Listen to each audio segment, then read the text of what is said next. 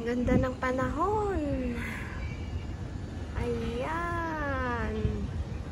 So, dito sa Hong Kong is napapalibutan siya ng bundok. Kita nyo naman yan. Yung edge doon is bundok. Tapos, napapalibutan rin siya ng dagat. Kaya, sabi nila, ang Hong Kong daw is safe from ano ba yun? Yung linog. Anong tawag sa linog? In English, earthquake.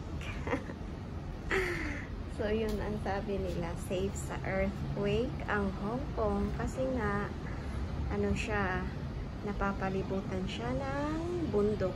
Yan, puro bundok. Oh. Dito, medyo, ano siya, yung parang cloudy.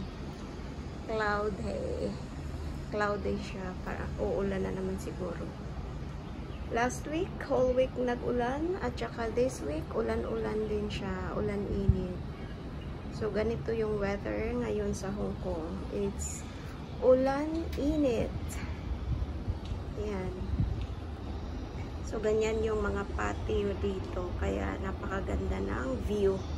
Talagang as in, ma-view mo buong Hong Kong. Ayan. Ayan. Ang ganda, no? Ang tataas ng mga building plus bundok. Diba? It's all about nature here. Ayan. Ano talaga siya, balance. Nature at saka ocean over there. See? Napakaganda talaga ng panahon. Amazing grace.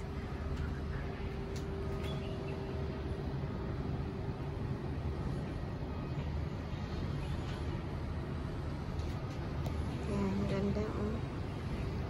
Bundok over there. At saka bundok over there. It's all about bundok and ocean. I love the place.